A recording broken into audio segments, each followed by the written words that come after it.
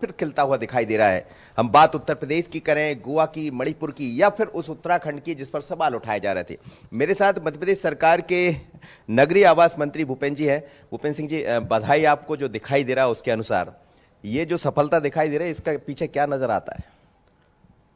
देखिए मनोज जी, अभी जो प्रारंभिक रुझान आए हैं और लगभग परिणाम भी उसी तरह के आएंगे, ये पहले से पार्टी को अनुमान था, हमारे नेताओं को अनुमान था।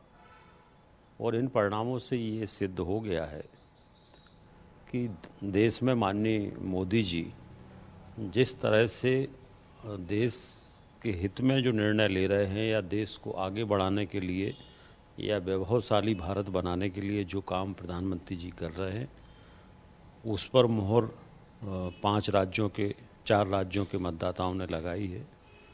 और इसके साथ साथ यह भी सिद्ध हो गया है कि भारतीय जनता पार्टी की जहाँ भी राज्यों में सरकारें हैं वही विकास करते हैं।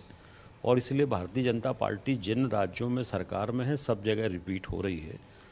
और अब देश की, प्रदेश की जनता विकास चाहती है।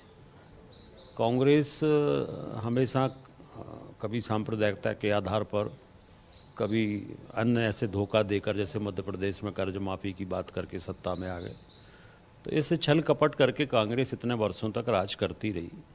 अब लोगों ने देश में, प्रदेश में विकास देखा है, मजबूत सरकार देखी है, मजबूत नेतृत्व देखा है, मजबूत भारत देखा है, शक्तिशाली भारत देखा है। और इसलिए अब पूरा देश में भारतीय जनता पार्टी की सरकारें ही रहें, चाहे केंद्र हो चाहे राज्य हो, ये देश की जनता चाहती है। और कांग्रेस पूरी तरह से साफ इन चुनावों में हो गई है। और कहीं पर भी कांग्रेस कभी रिपीट नहीं होती जिन राज्यों में भी उनकी सरकारें हैं। इसका मतलब ये है कि कांग्रेस की सरकारें सिर्फ राज्य में लूटने का काम करती हैं।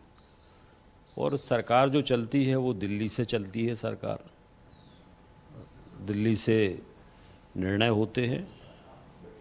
और जिस तरह से कांग्रेस भ्रष्टाचार में लिप्त हमेशा रही है, मध्य प्रदेश में भी हम लोगों ने देखा कि जब लोकसभा के चुनाव थे, इनकम टैक्स की रेड हुई थी और उसमें बड़ा अमाउंट कांग्रेस कार्यालय गया था।